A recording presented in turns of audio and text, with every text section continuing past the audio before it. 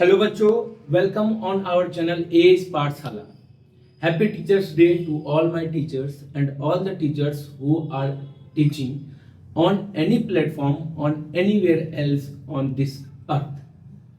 Hope so कि जहां पे भी आप लोग होंगे सही सलामत एकदम हंसी खुशी से होंगे और जोरदार तरीके से पढ़ाई कर रहे होंगे।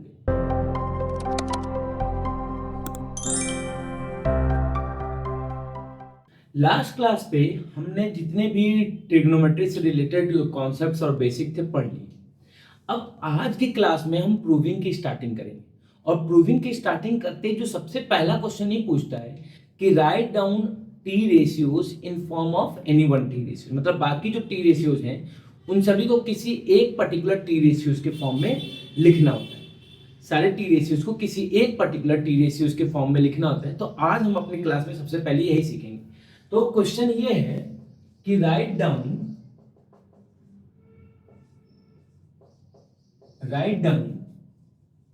All T ratios in term of sine theta.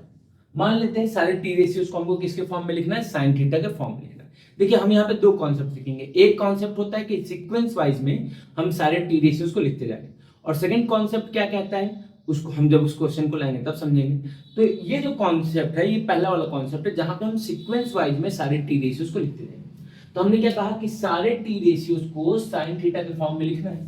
तो आप लोग जो सबसे पहला टी रेशियो होता है तो साइन थीटा होता है, और साइन थीटा खुद ही साइन थीटा के इक्वल है। तो हमने पहले टी रेशियो को साइन थीटा के फॉर्म में लिख लिया। अब अगर हम बात करें सेकंड टी रेशियो का, तो आपने जो सेकंड टी रेशियो जो होता है वो कॉस थीटा होता है।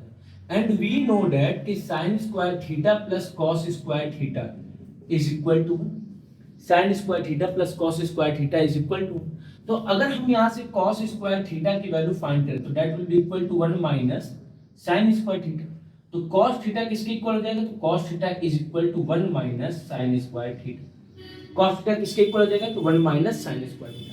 that is आपने sin theta को भी sin के फॉर्म में लिख लिया और cos theta को भी किसके फॉर्म में लिख लिया, sin के फॉर्म में। तो हमने दो टी रेशियोज को साइन के फॉर्म में लिख लिया। अब हम बात करते हैं थर्ड की। तो थर्ड क्या होता है, तो थर्ड इज टेन थीटा। और हम बात करें टेन थीटा की, तो we know that tan theta is equal to sine theta by cos theta. क्या होता है, sine theta by cos theta. तो साइन थीटा के फॉर्म में लिखना है तो साइन थीटा को कोई चेंज करने की जरूरत है नहीं। अगर कॉस थीटा को लिखना है तो वी नो दैट कि cos theta is equal to 1 minus sine square theta. अभी हमने लिखा है तो हमने टेन थीटा को भी किसके फॉर्म में लिख लिया, साइन थीटा के फॉर्म में। टेन थीटा को भी किसके फॉर्म में लिख लिया, साइन थीटा के फॉर्म में। अब अगर हम बात करें टेन के बाद कॉट थीटा की, तो कॉट थीटा किसके इक्वल होता है, तो we know that cot theta is reciprocal of 1/10, reciprocal of tan theta. या फिर सिंपली हम कह सकते हैं कि cot theta is equal to cos theta by sine theta.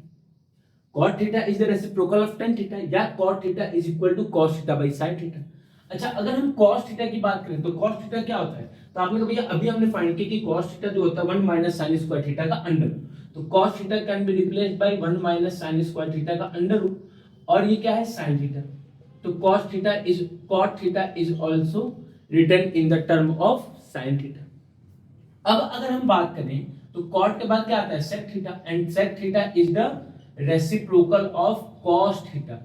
किसका रेसिप्रोकल होता है, cos थीटा का। और cos थीटा की वैल्यू अभी आपने दिखा कि 1 माइनस साइन स्क्वायर थीटा का अंडर रूट। तो cos theta is replaced by 1 minus sine square under root. तो sin theta is also written in the form of sin theta.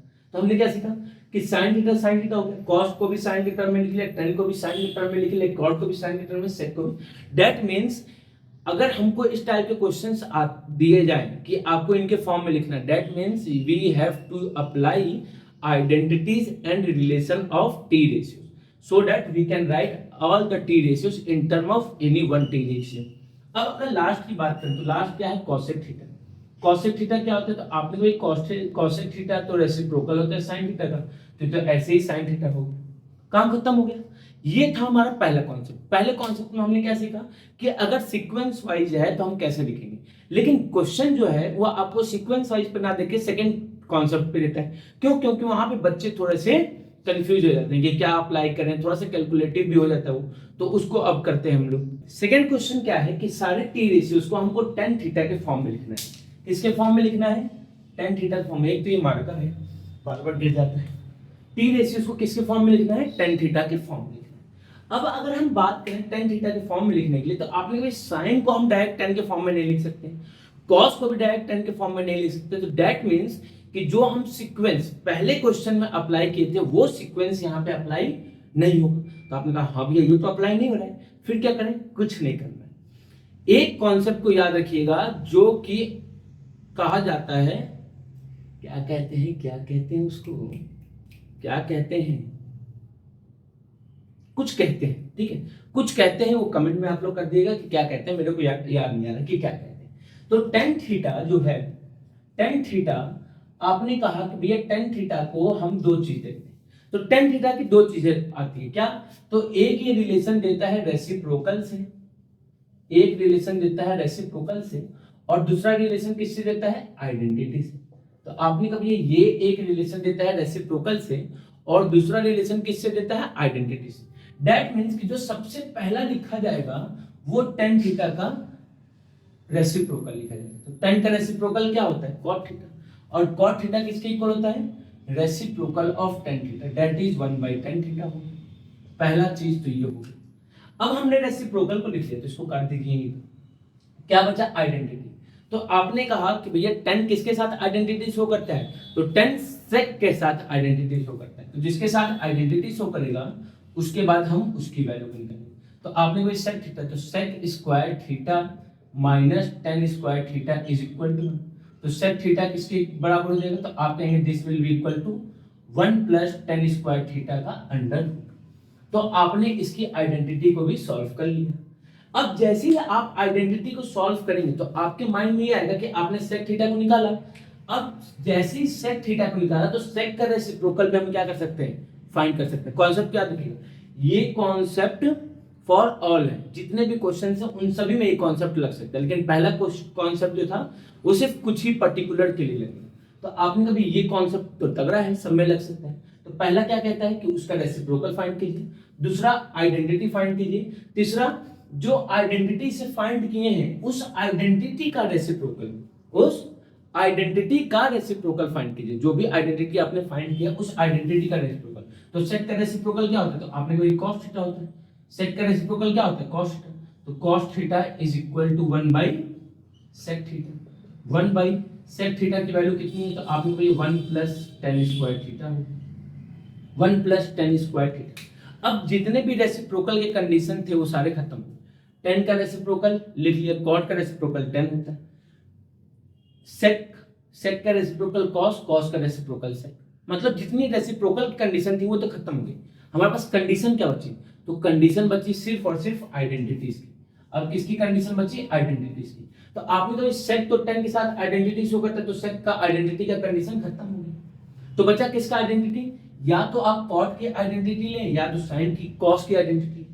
तो आपने कभी cot की आइडेंटिटी लेने पे cosec थीटा आएगा और cos की आइडेंटिटी लेने पे sin थीटा आएगा, और जो दोनों आ रहे हैं वो दोनों एक दूसरे के रेसिप्रोकल है। मतलब दोनों में से किसी एक की अगर वैल्यू हमने फाइंड कर ली तो हमारा काम हो जाएगा। अगर किसी एक की वैल्यू फाइंड कर ली तो क्यों ना हम उसकी वैल्यू फाइंड करें जिसका कैलकुलेशन आसान हो।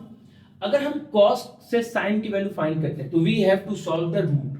क्या करना पड़ेगा, इस रूट को सॉल्व करना पड़ेगा। और cosec को फाइंड करते हैं तो हमको सिर्फ और सिर्फ सिंपल सा नंबर को सॉल्व करना पड़ेगा। तो रूट सॉल्व करना क्या है, ज्यादा डिफिकल्ट है इन कंपैरिजन टू दिस। हम कंपैरिजन किससे करें उस पर डिपेंड करता है। तो रूट सॉल्व करना डिफिकल्ट है इन कंपैरिजन टू दिस, तो क्यों ना हम cosec थीटा की वैल्यू फाइंड कर लें। तो आपने कहा भी क्यों ना हम cosec थीटा की वैल्यू फाइंड कर लें। तो वी नो दैट कि cosec square theta minus cot square theta किसके इक्वल होता है, 1 के। cosec square theta minus cot square theta किसके इक्वल होता है, 1 के। तो यहां से cosec थीटा की वैल्यू कितनी आएगी, that is equal to 1 + cot square theta. आपने कभी हमको cot के टर्म में नहीं लिखना, हमको cot के टर्म में नहीं लिखना, हमको tan के टर्म में लिखना है। तो cot will be replaced by tan theta, that is 1/tan theta का होल स्क्वायर। तो क्या हो जाएगा, 1/tan थीटा का होल स्क्वायर, तो ये हो जाएगा tan square theta + 1/tan square theta का होल अंडर। आपने कभी ऊपर से तो रूट नहीं हट सकता, ऊपर से तो रूट नहीं हो सकता, लेकिन जो डिनोमिनेटर में है उससे स्क्वायर और रूट क्या हो जाएंगे, कैंसिल आउट हो जाएंगे। तो हमको क्या मिल जाएगा, tan थीटा। ये हमारा क्या हो जाएगा, cosec थीटा। ये क्या हो जाएगा हमारा cosec थीटा। तो कॉसेक थीटा किसके इक्वल हो गया, tan square theta plus 1/tan theta.